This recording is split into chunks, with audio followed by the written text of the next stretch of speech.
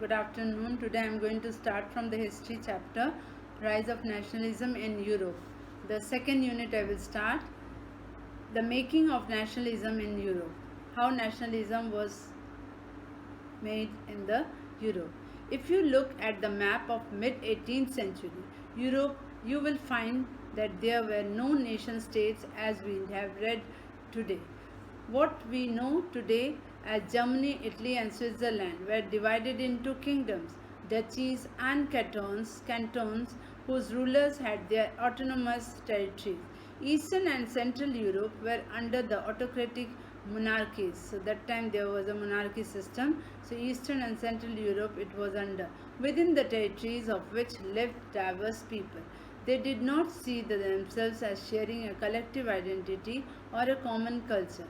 Often they have spoke different languages and belonged to different ethnic groups. The Habsburg Empire that ruled over Austria-Hungary, for example, was a patchwork of the different regions and peoples. It included the Alpine regions, the Tyrol, Austria and Sudetenland, as well as Bohemia, where the aristocracy was predominantly German-speaking. It also included the Italian-speaking provinces of Lombardy and Venetia. In Hungary, in Hungary, half of the population spoke Magyar, while the other half spoke a variety of dialects. So there was a different languages spoken. In Galicia, the aristocracy spoke Polish. Some were already started with the Polish language. Beside these three dominant groups, there was also lived within the boundaries of empire a mass of subject peasant peoples, Bohemians and Slovaks to the north, Slovens in Karola, Croats in the south, the Romans, and to the east to Transylvania. Such differences did not easily promote a sense of political unity. The only tie binding these diverse groups together was a common allegiance to the emperor. How did nationalism and the idea of the nation state emerge? So, how the nationalism started, you will read. 2.1 The aristocracy and the new middle class. Socially and politically, a landed aristocracy was the dominant class on the continent. So that time in this country, the aristocracy was there. Rich people were there. The members of this class was united by a common way of life that cut across regional division. So these people they have joined and they have cut from the other regional division. They owned estates in the countryside and also town houses. They spoke French for purposes of diplomacy and in high society. Their families were often connected by ties of marriage. This powerful aristocracy was, however, numerically a small group. The majority of the population was made up of a peasantry. Majority of the people among this, they were a peasantry, the farmer. To the west, the bulk of land was formed by tenants and small owners, while in Eastern and Central Europe, the pattern of the landholding was characterized by the vast estates which were cultivated by the serfs. Now, some important dates are given on page number 8. You have to learn by heart these important dates. Now, page number 9. In Western and parts of the Central Europe, the growth of industrial production and trade meant the growth of towns and the emergence of commercial classes whose existence was based on production for the market. So that time in Central Europe, the growth of industrial it was increasing. Industrialization began in England in the second half of the 18th century, but in France and the parts of German state it occurred only during the 19th century. In its wake, new social groups came into being, a working class population and the middle classes made up of industrialists, businessmen, professionals. In Central and Eastern Europe, these groups were smaller in number till late 19th century. It was among the educated liberal middle classes that ideas of national unity following the abolition of the aristocratic privileges gained popularity. So that time aristocracy was there, and no more. After then, it was already abolished, the aristocracy, and they gained the popularity. What did liberal nationalism stand for? Ideas of national unity in early 19th century Europe was closely allied to the ideology of liberalism. Now, what is the liberalism? The term liberalism, here it's given, derives from the Latin root liber, meaning free. Liber means free. For the new middle classes, liberalism stood for freedom for the individual and the equality of all before the law. Underline this sentence. Liberalism, liber means free, and the freedom for the individual and equality of all before the law. Politically, it emphasized the concept of government by consent.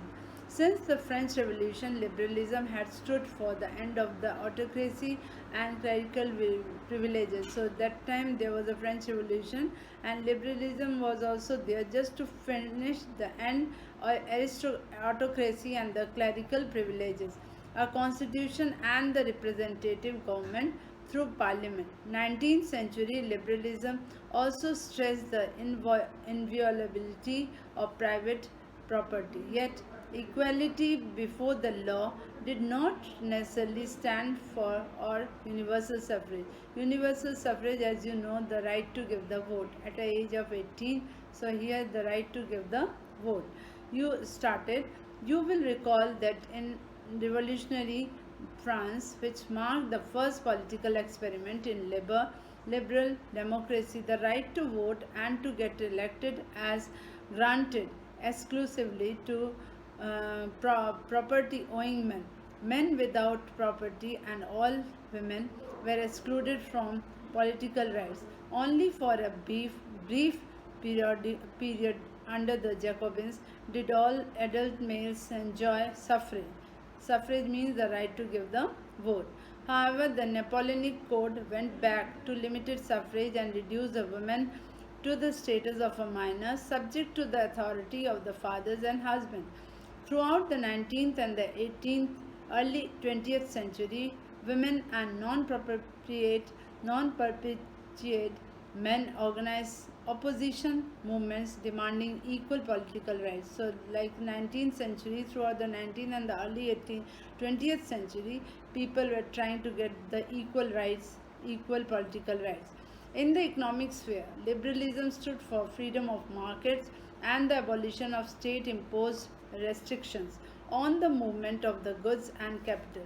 During the 19th century, this was a strong demand of the emerging middle classes. So that time little bit middle classes were also emerging during the 19th century. Let us take the example of the German speaking regions in the first half of the 19th century. Napoleon's administrative measures had created out of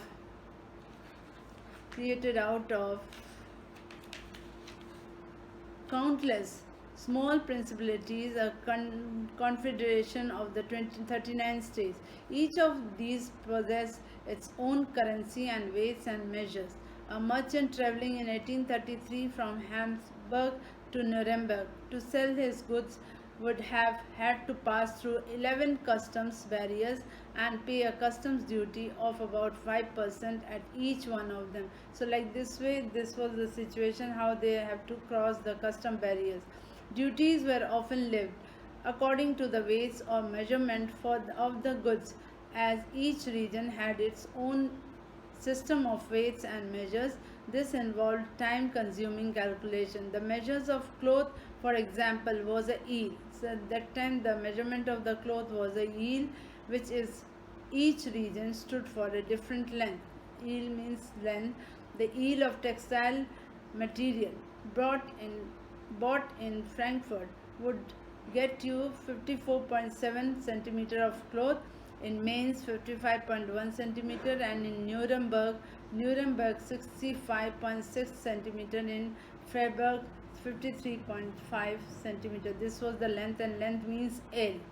Such conditions were viewed as obstacles to economic exchange and growth by the new commercial classes, who argued for the creation of a unified economic territory allowing the unhindered movement of goods, people, and capital. In 1834, a custom union of Zollverein was formed at the initiative of the Prussia and joined by the most of the German states. The union abolished tariff barriers and reduced the number of the currencies from over 30 to 2. The creation of a network of railways further stimulated mobility, harnessing economic interest to national unification. A wave of economic nationalism strengthened the wider nationalist sentiments growing at that time. So, like this way, how the nationalism it was coming under. Slowly, it was coming under in the country. A new a new conservatism after 1815. Following the defeat of Napoleon in 1815, he got defeated in 1815.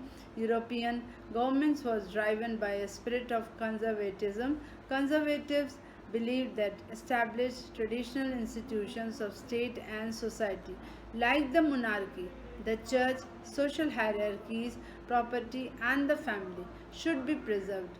Most conservatives, however, did not propose to return to the society of pre-revolutionary day. Rather, they realized from the changes initiated by Napoleon that modernization could in fact strengthen traditional institutions like the monarchy. It could make state power more effective and strong. A modern army, an efficient bureaucracy, a dynamic economy, the abolition of feudalism and serfdom could strengthen the autocratic monarchies of Europe. In 1815, representatives of European powers, now some European powers were there in 1815 like Britain, Russia, Prussia and Austria, who had collectively defeated Napoleon. They have defeated the Napoleon, met at Vienna to draw up a settlement of Europe.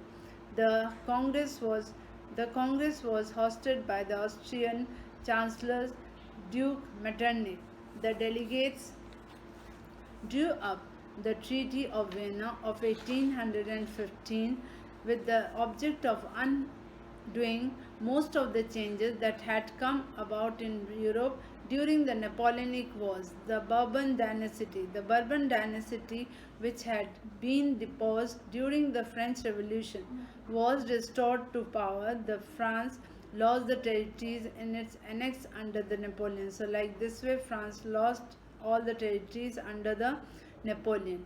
A series of states were set up on the boundaries of the France to prevent a French expansion in future. Thus, the Kingdom of the Netherlands, which included Belgium, was set up in the north and Genoa was added to Piedmont in south. Prussia was given important new territories on its western frontiers, while Austria was given control over the northern Italy. But the German Confederation of 39 states that had been set up by the Napoleon was left untouched. So Napoleon couldn't that those places it couldn't reach. In the east, Russia was given a part of a Poland, while Prussia was given a portion of Saxony. The main intention was to restore the monarchies that had been overthrown by Napoleon and create a new conservative order in Europe. Conservative regimes set up in 1815 were autocratic. Underline this sentence. Conservative regimes set up in 1815 were autocratic. They did not tolerate criticism and dissent and sought to curb activities that questioned the legitimacy of autocratic governments. Most of them imposed censorship laws to control what was said in newspaper, books, plays, and songs and reflected the ideas of liberty and freedom. Liberty and freedom, and associated with the French Revolution. The memory of the French Revolution nonetheless continued and inspired liberals. One of the major issues taken up by the liberal nationalists who criticized the new conservative order was freedom of press. So that was the main thing, freedom of press. It was the revolutionary. The revolutionaries during the year following 1815, the fear of repression drove many liberal nationalists underground. So that time there was a great fear among the nationalists. Secret societies sprang up in many European states to train revolutionaries and spread their ideas. So secret societies came up just to train the revolutionaries and to spread some ideas. To be revolutionary at this time meant a commitment to oppose the monarchical form that had been established after the Vienna Congress and to fight for liberty and freedom. Most of these revolutionaries also saw the creation of a nation state as a necessary part of this struggle for freedom. Then one such individual was the Italian revolutionary Giuseppe Mazzini. So one of a big revolutionary was there those days, Giuseppe Mazzini, born in Genoa in 1807, and he became a member of a secret society of Carbonari as a young man of 24. He was 24. He was sent into exile in 1831 for attempting a revolution in Liguria. He subsequently founded two more underground societies. First, it was Young Italy in Marseilles, and then Young Europe in Bern. Those whose members were like minded young men from Poland, France, Italy, and German states. Mazzini believed that God had intended nations to be the natural units of mankind. So Italy could not continue to be a patchwork of the small states and kingdoms. It had to be forged into a single unified republic within a wider alliance of nations. This unification alone could be the basis of Italian liberty. Following his model, secret societies were set up in Germany, France, Switzerland, and Poland. So, like this way, and slowly, the secret societies were set up in the Germany, France, Switzerland, and Poland. Mazzini's relentless opposition to monarchy and his vision of democratic republics frightened the conservatives. Metternich described him as the most dangerous enemy of our social order. So, like this way, all the revolutionaries were there in this society. Now, third unit I will start tomorrow.